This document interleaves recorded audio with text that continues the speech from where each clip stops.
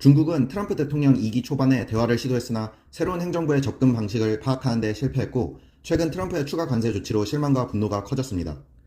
2025년 4월, 중국은 미국 제품 전체에 대해 34% 추가 관세를 부과하고 히토류 수출을 제한하며 미국 기업들을 제재 리스트에 올리고 듀폰을 상대로 반독점 조사를 시작했습니다.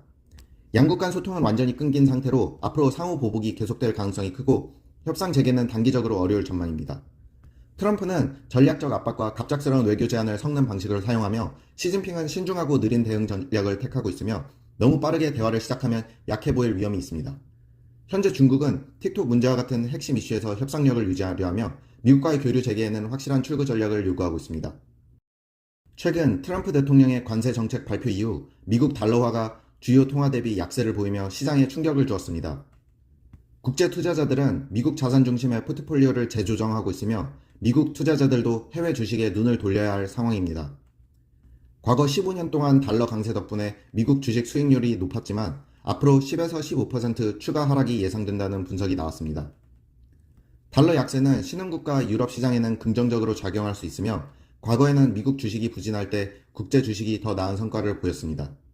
전문가들은 현재 불확실성이 높은 만큼 미국 내 가치주와 해외 주식 모두에 분산 투자하는 전략이 필요하다고 조언합니다. 미국과의 교역 덕분에 하노이는 활기찬 상업 중심지로 성장했고 하팜 같은 공장주들은 연 20%의 매출 증가를 경험했습니다.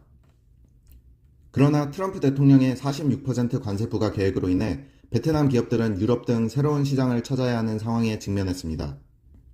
베트남은 2024년에 미국에 1,370억 달러어치의 상품을 수출했고 미국은 현재 베트남의 최대 무역 상대국입니다. 관세 발표 이후 베트남 정부는 미국 기업 대표단과 고위급 회담을 진행하고 자국의 관세 인하 및 미국 상품 구매 확대를 약속했습니다. 많은 기업인들은 이번 관세가 조정될 것이라고 조심스러운 낙관을 보이고 있지만 동시에 유럽 시장에서 중국 업체들과의 치열한 경쟁이라는 또 다른 도전에 직면하고 있습니다.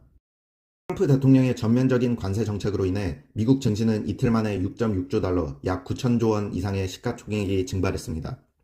이번 급락으로 다우지수는 주간 기준 3,000포인트 이상 7.9% 하락했고 나스닥은 10% 급락하며 약세장에 진입했으며 S&P 500 지수도 9.1% 하락했습니다. 중국은 이에 맞서 모든 미국산 제품에 대해 34%의 추가 관세를 발표하며 글로벌 무역 전쟁이 본격화됐습니다. 투자자들은 금과 국채 등 안전자산으로 이동했고 10년 미 국채 수익률은 4% 아래로 떨어지며 경기 침체 우려를 반영했습니다. JP모건은 글로벌 경기 침체 확률을 기존 40%에서 60%로 상향 조정했으며 시장 불안 지수는 2020년 이후 최고치를 기록했습니다. 트럼프의 새로운 34% 관세 부과는 중국 경제에 큰 압박을 가하고 있으며 중국은 내수 소비를 촉진하는 방향으로 경제 구조를 전환하려 하고 있습니다. 지난해 중국 GDP 성장률의 약 3분의 1이 수출에 의존했으며 올해도 5% 성장 목표를 설정했지만 경제 성장 둔화가 우려됩니다.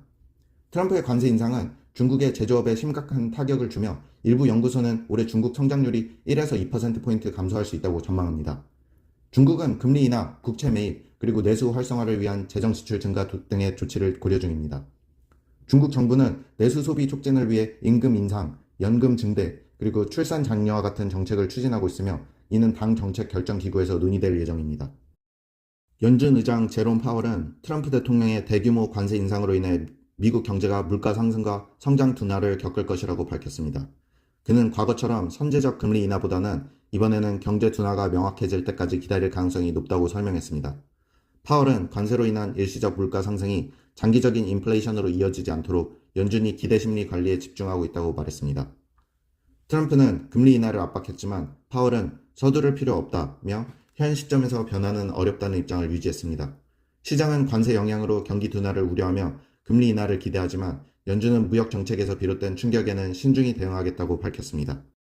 테슬라의 1분기 글로벌 차량 인도량이 전년 동기 대비 13% 감소한 33만 6,681대로 시장 예상치인 39만 6,960대에 크게 못 미쳤습니다. 이러한 실적 부진은 CEO 일론 머스크의 정치적 행보에 대한 소비자 반발과 브랜드 매력도 하락이 영향을 미친 것으로 분석됩니다. 중국 3월 전년 대비 마이너스 11%, 독일 2월 전년 대비 마이너스 76.3%, 미국 1에서 2월 마이너스 2% 등 주요 시장에서 판매량이 눈에 띄게 감소했습니다. 기존 자동차 업체들과의 전기차 경쟁 심화 및 개선된 모델 Y 출시 대기 수요 등도 판매 감소 요인으로 작용했습니다. 차량 판매 부진 속에서 머스크는 완전 자율주행, FSD, 소프트웨어와 옵티머스 휴머노이드 로봇 등 미래 기술로 투자자들의 관심을 전환시키려 하고 있습니다. 중국 기업들은 미국의 관세를 회피하기 위해 멕시코에 공장을 세우고 있으며 이를 통해 미국, 멕시코, 캐나다 협정 USMCA 아래에서 관세 없이 제품을 수출하고 있었습니다. 이러한 움직임으로 인해 멕시코와 미국 간의 무역이 급증했으며 2023년 멕시코는 미국의 최대 교육국이 되었습니다. 그러나 트럼프 행정부는 이를 허점으로 보고 멕시코를 압박하여 중국 기업의 투자 제한 및 높은 관세 부과를 고려하고 있습니다. 멕시코 내에서 중국 기업의 투자가 13만 개 이상의 일자리를 창출하고 있으며 현지 경제에 긍정적인 영향을 미치고 있습니다. 하지만 일부 중국 기업들은 불확실한 정책 변화로 인해 멕시코 내 확장 계획을 보류하거나 수익성이 감소하는 상황을 맞이하고 있습니다. 트럼프 대통령의 관세 발표를 앞두고 시장은 불확실성 속에서도 안정적인 모습을 보이며 투자자들은 무역 정책의 명확성이 시장 안정으로 이어질 것이라는 낙관론을 유지하고 있습니다. 관세가 경제 성장에 미칠 잠재적 영향으로 인해 일부 분석가들은 경기 침체 가능성을 35%로 예측하지만 소비자 지출과 고용 성장은 여전히 견고하여 주식시장과 신용시장을 지지하고 있습니다. 투자자들은 트럼프 대통령이 경제 성장을 심각하게 저해할 관세 정책을 고수하지 않을 것이라는 믿음과 경기 침체의 실제 징후를 더 지켜봐야 한다는 입장을 보이고 있습니다. 트럼프 대통령의 관세 계획에 대한 추가 정보가 시장을 불안하게 했던 불확실성을 줄여줄 것이라는 기대감도 시장 안정에 기여하고 있습니다. 현재 경제 지표는 견고한 소비자 지출과 고용 성장을 보여주며 이는 투자자들에게 긍정적인 신호를 보내고 신용시장의 안정성을 뒷받침하고 있습니다. 투자자들은 시장 침체에 대비하기 위해 안전자산을 찾고 있지만 국채와 달러는 과거만큼 강력한 보호 기능을 제공하지 못하고 있어 투자 전략을 재고해야 합니다. 국채는 한때 주식시장 하락 시 안정적인 수익을 보장했으나 인플레이션 압력이 지속되면서 주식과 반대 방향으로 움직이지 않을 가능성이 커졌습니다. 달러는 글로벌 투자자들에게 오랫동안 선호되는 안전자산이었지만 최근 과도한 인기로 인해 경제 침체 시 자금이 빠져나갈 위험이 높아지고 있습니다. 금 가격은 최근 1년 동안 50% 이상 급등하며 투자자들의 관심을 받았으나 금융위기 시 대규모 매도가 발생할 경우 급락할 가능성도 존재합니다. 현금 보유는 단기적으로 가장 안전한 선택이지만 가치가 상승하지 않는다는 점에서 장기적인 투자 전략으로는 한계가 있으며 안전자산 선택 시 시장의 반응과 투자 심리를 함께 고려하는 것이 중요합니다. 미국 주식시장은 관세 불확실성과 기술주의 하락으로 인해 S&P 500과 나스닥 지수가 2022년 이후 최악의 분기를 기록하며 투자 심리가 위축되었습니다. 투자자들은 미국을 떠나 유럽 주식으로 이동하고 있으며 방위비 지출 증가와 경제 성장 기대감이 유럽 시장을 견인하는 주요 요인이 되고 있습니다. 미국 달러 가치가 하락하면서 글로벌 투자자들은 미국 자산에서 이탈할 가능성을 고민하고 있으며 이는 장기적인 투자 전략에 영향을 미칠 수 있습니다. 주요 기술주들이 하락세를 보이며 엔비디아, 애플, 마이크로소프트 등의 주가가 크게 떨어졌으며 인공지능 시장의 경쟁 심화도 불안 요소로 작용하고 있습니다. 경제 불확실성이 지속되면서 금 가격이 급등하고 투자자들은 미국 국채를 매입하며 안전자산으로 이동하는 경향을 보이고 있습니다.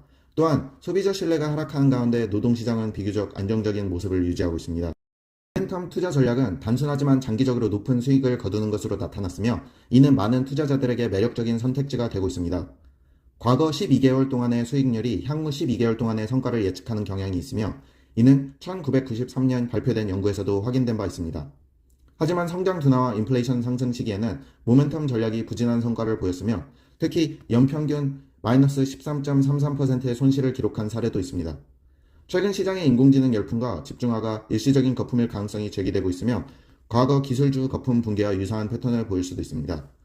투자자들이 대규모 손실을 경험하면 모멘텀 전략이 한동안 덜 인기 있어지지만 이후 시장이 안정되면 다시 효과를 발휘할 가능성이 높습니다.